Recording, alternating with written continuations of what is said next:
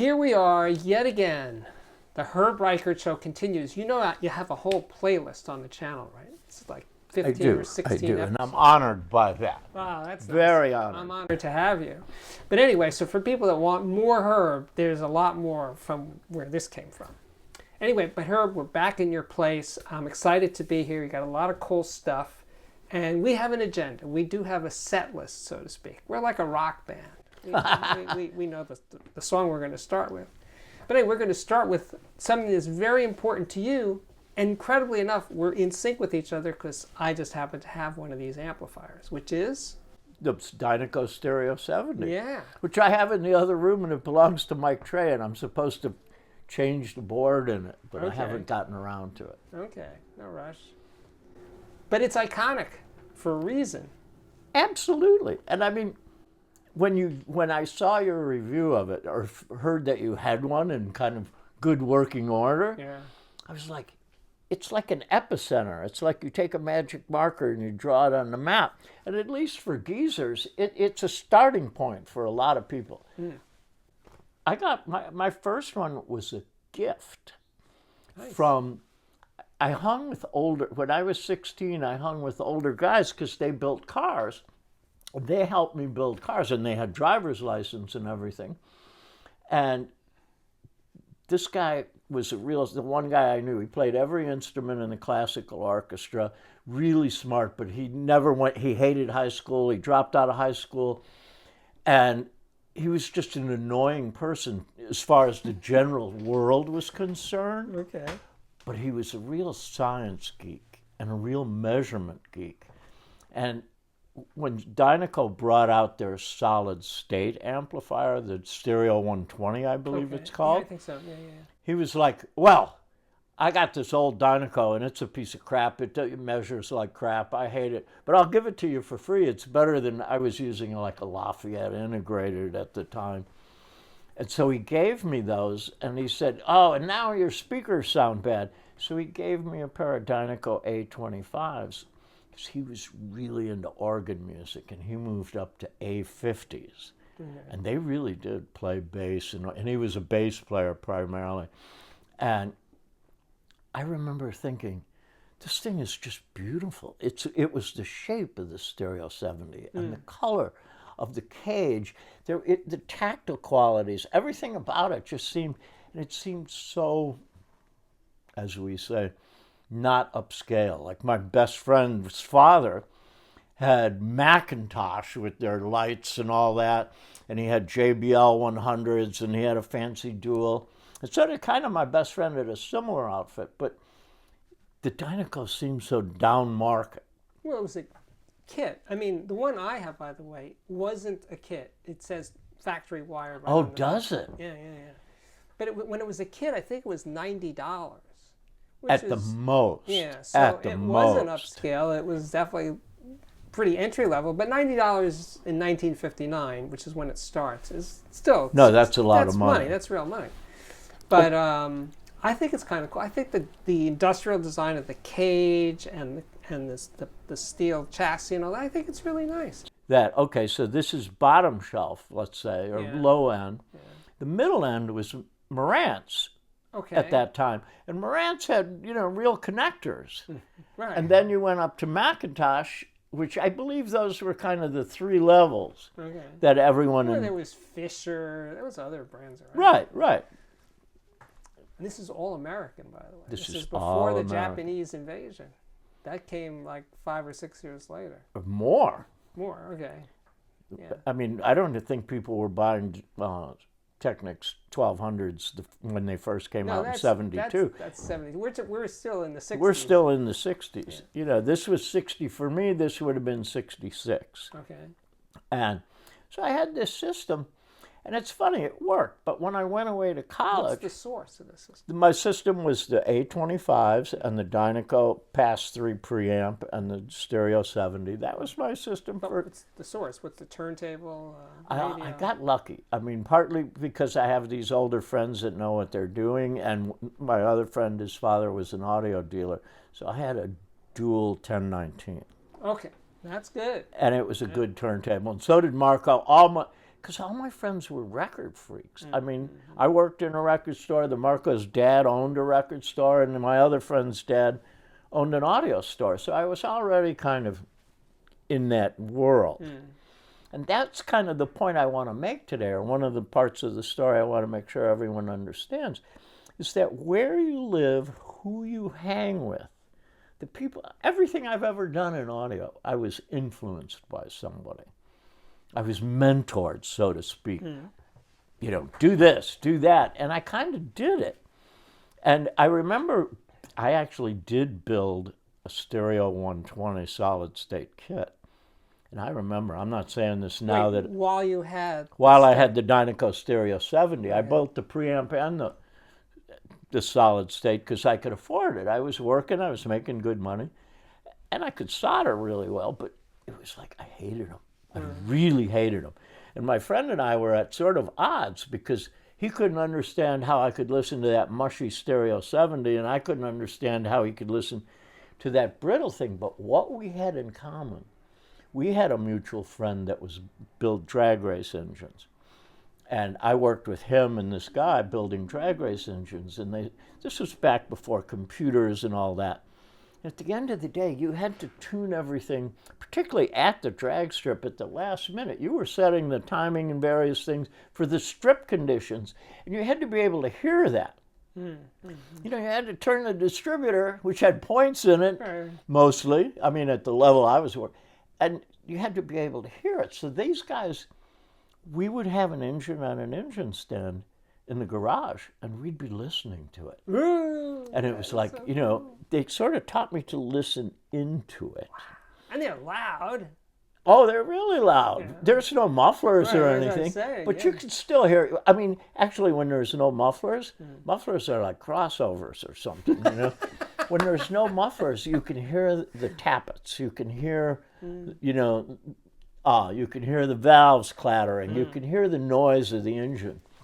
And you think you can hear the compression ratio. You think you can hear, you know, seriously, if one cylinder isn't firing, this is like if Steve Guttenberg and Mike Trey are here listening to my system and they go, well, Herb, you know, I think the phase is reversed in the right speaker.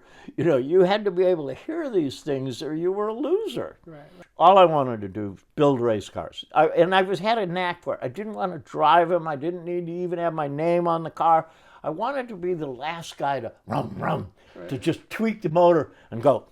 And then the guy takes off. He can do what he wants after that. You know, he can win the race or crash it. I'm ready for that. I'm already building the next engine. That's what I wanted. But my parents were like, no, you're going to college.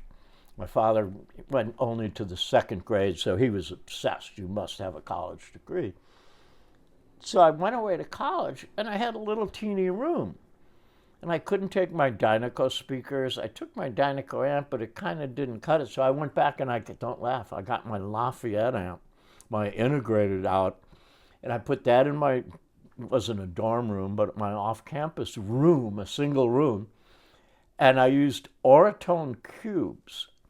And people mock me for this. I don't even have a bad feeling about them now. You know, they kind of did something.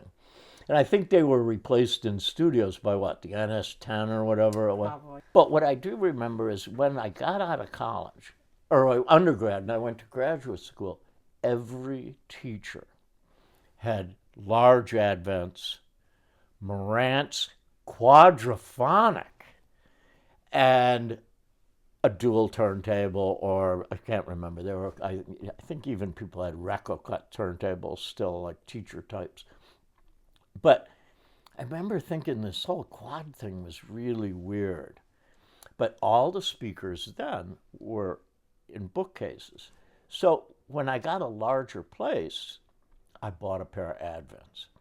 At the time, I thought they were really, really wonderful. And I put them immediately up on crates, you know, milk crates. And I used them with my Dynaco, and it sounded... Were they laying down horizontal or vertically? No, vertically. Yeah, Okay. vertically. But people kept saying then all the audio magazines were like power, power, power.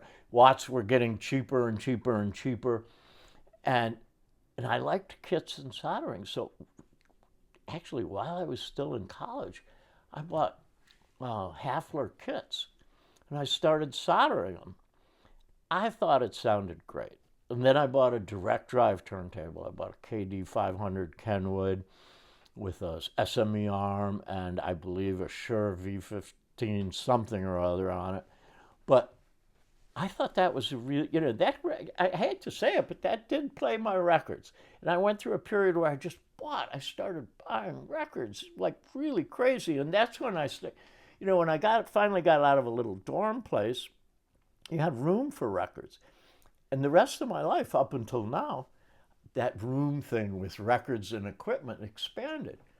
Remember, when I met you in the 90s, when you lived in the firehouse, you had a gigantic, you probably had 8 or 10,000 records when I met you, I think. You had a lot. Right? But when the funny part is when I got into my first loft was right at the beginning of, like when I first came to New York, I liked ska. I was introduced to it. I had never heard of it. I didn't even know about country and western. I mean, George Jones and ska and reggae all of a sudden were there, and these speakers were not cutting it, especially in a big room that was my painting studio. So I bought in, I read an Absolute Sound review by Harry Pearson, and I bought into the notion of stacked Advents. And I just thought, with the little I knew about speakers, I thought, well, it's going to be messier, but it'll play louder. There was, I think, a qualitative upgrade from having two, not just more energy in the room. And they worked pretty good, but then the parties got bigger, the lofts got bigger, and it wasn't cutting it. So famously, I got these on Canal Street for nothing. Altec 604Bs, and I didn't know what to put them in. For a cabinet. So I dragged these refrigerators home off the street and brought them up in the elevator, cut a hole in them, and put the Altecs in there. Then I said I wanted more bass, so I went and got some 416s and I put them in the bottom part. I had the 604s in the freezer part of the refrigerator, and I had the 416s in the bottom part, sealed enclosure, needless to say, and I wasn't thinking, and I duct taped it all together so it wouldn't leak, and then I painted it the colors of the Jamaican flag, and you could party with these speakers. They played loud, even in a big room, and I kind of got addicted to that, and people loved coming over. All of a sudden, people brought their disco records, Love to Love You Baby at high, at 110 dB. No, it's fun. I mean, that's if your system can't play like that, and, we were going to clubs, we were in our 20s, it all fit together. Yeah.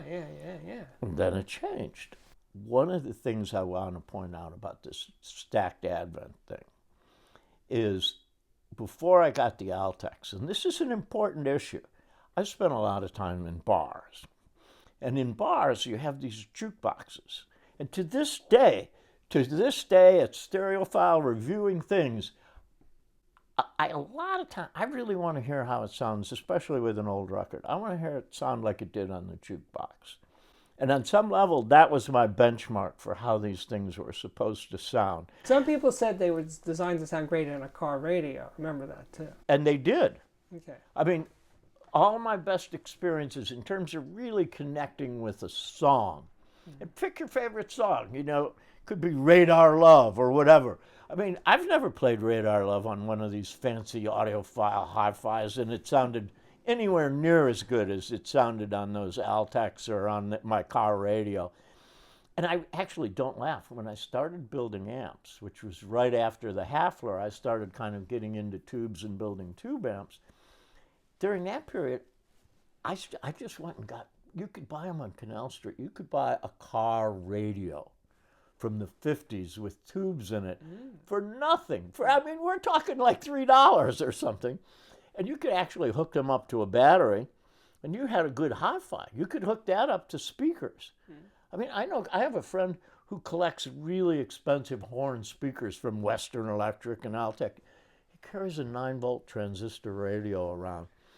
And he just plays, that's what he uses to play, try out speakers at people's warehouses. It's like he just has alligator clips coming out of it, and you can fire up the speaker. But during that period, I really started having an opinion about what I wanted the sound to be. Okay. And this informed the whole switch from Hafler. When I look back, this was not my sound. Advents with Hafler, and Hafler even with the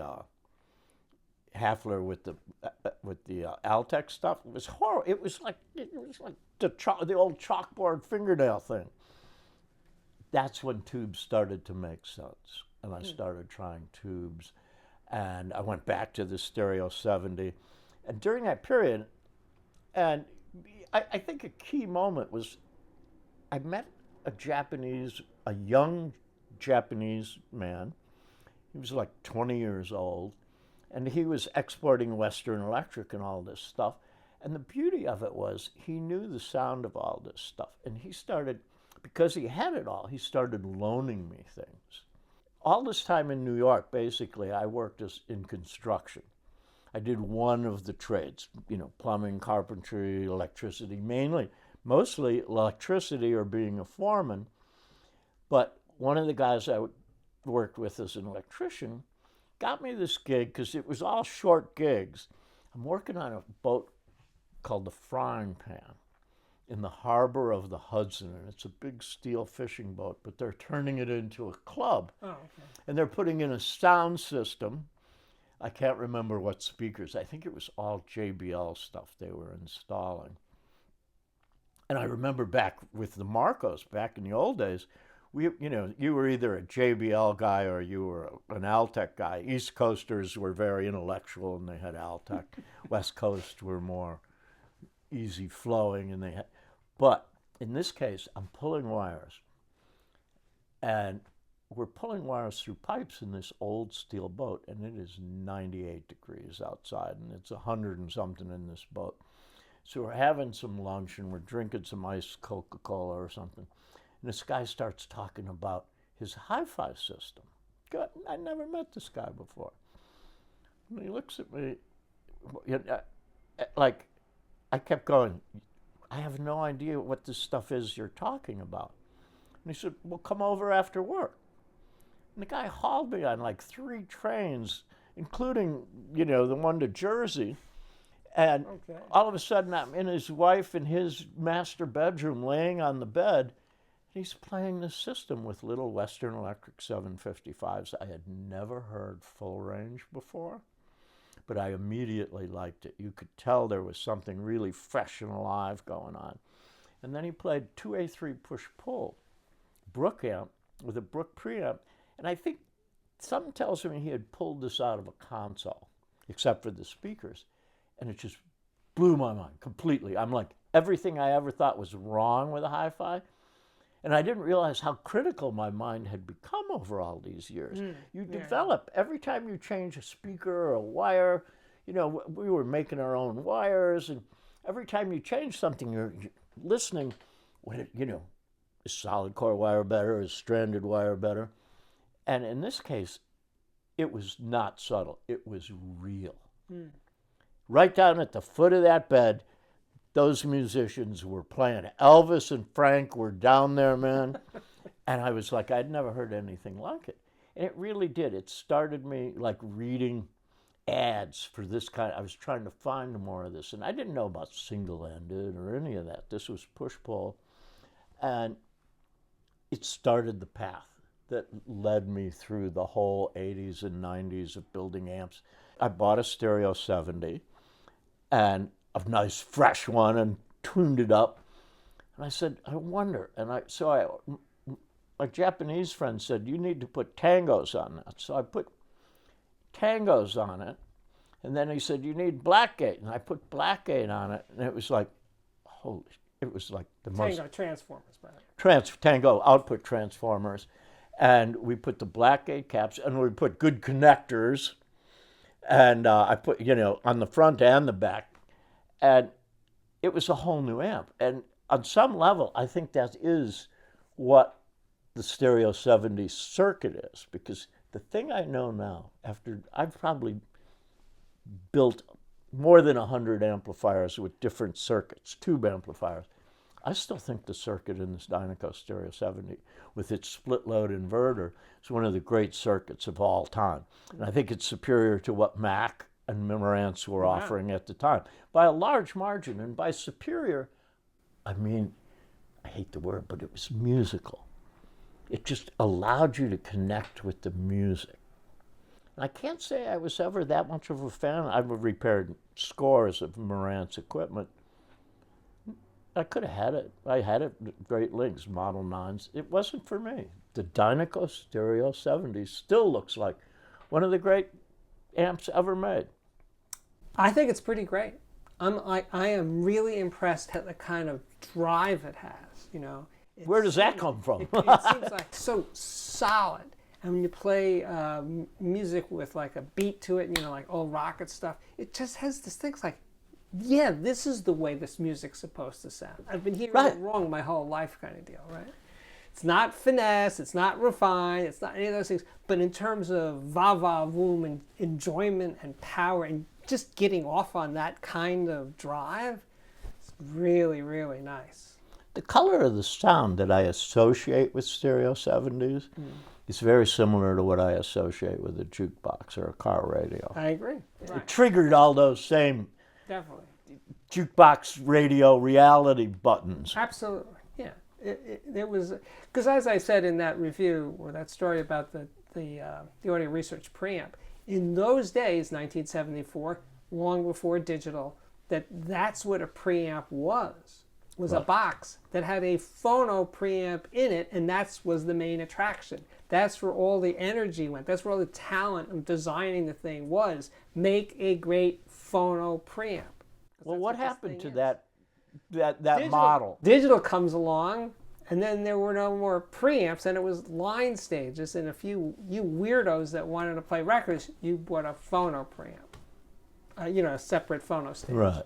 So, right, separate phono. Yeah, so then that's how the path divided. You know, you digital guys, which is almost everybody, you just get a line stage. For you weirdos playing records, you can buy a separate phono stage. And that kind of works. Did that make audio better? Did that make phono better, though? It's an interesting question. No, I don't think so. Well, explain. Not in retrospect. Because where before vinyl was the star attraction, the main attraction. That's, you had a good system, you played records, and yes, some people played tapes, but I would say 90% plus were playing records. Absolutely. Most of the time. So the talent, the engineering, and all the drive was to make a great sounding phono preamp. I don't think it was articulated that way because pre-digital there wasn't anything else. So everybody just thought that way. And once digital comes in and line stages take over, well, then the paths diverge. Let's put it that way. So here we are. This is really good, Herb. I love the stories. It's always a great hang. And it's so great to do it so that people can see it. Because we do this shit all the time. You know? So to actually do it and invite my audience in is just, I still really get off on it. It's so much fun. And you have a lot of fans out there, and people really, you know, they love your writing, but to see you as a whole person is I would rather hear my own, I'd rather tell the story in person and hear my voice speaking it than writing. Writing it is like doing term papers. Yeah, I mean, I hate to say it, but it's closer to term papers than, you know, getting gassed up and telling a wild story. Yeah, this is fun. So, yeah. We can swap stories on the phone, but first you'd have to contact me via email and tell me who you are and what you're interested in, a little about your system, maybe even photos to Ishmael, 39, like my age, at earthlink.net. And we'll correspond first by email, and then with any luck, and for a small fee, we'll talk on the phone and tell big stories. Yeah, that's cool. So anyway, it's been great, and we're going to do the Audiophiliac viewer system of the day right now. Hey, this is Doug's system. He lives in Broken Arrow, Oklahoma. Those speakers are Cane Tuck Audio Betsies. Those are open baffle speakers, And he recently upgraded to the Li-Song 8-inch fast drivers. There's also a subwoofer in this system, a Rhythmic L12 servo. Doug recently added a monolith manual turntable with an Audio-Technica AT-VM95 SE cartridge. The preamp is a Carry Audio SLP 98. Power amplifier is a Deckware Rachel SET. Has just 6 watts, but that's plenty. These are very high sensitivity speakers. But most of his music is digital. He rips CDs to a US drive, which is plugged into a Carry Audio DMS 550 DAC streamer. Thanks, Doug. So anyway, thank you guys for watching. I'll plug myself. If you're into this show and you'd like to support it, please consider joining my Patreon. Address is on the screen right now. And I'm making videos other than these exclusive for my patrons. So maybe that'll spark your interest. Anyway, thanks again for watching. Thank you, Herb Reichert, for being here. Actually, you live here. I live I'm here in Herb's house. And we'll see you again real soon. Bye-bye. Bye-bye.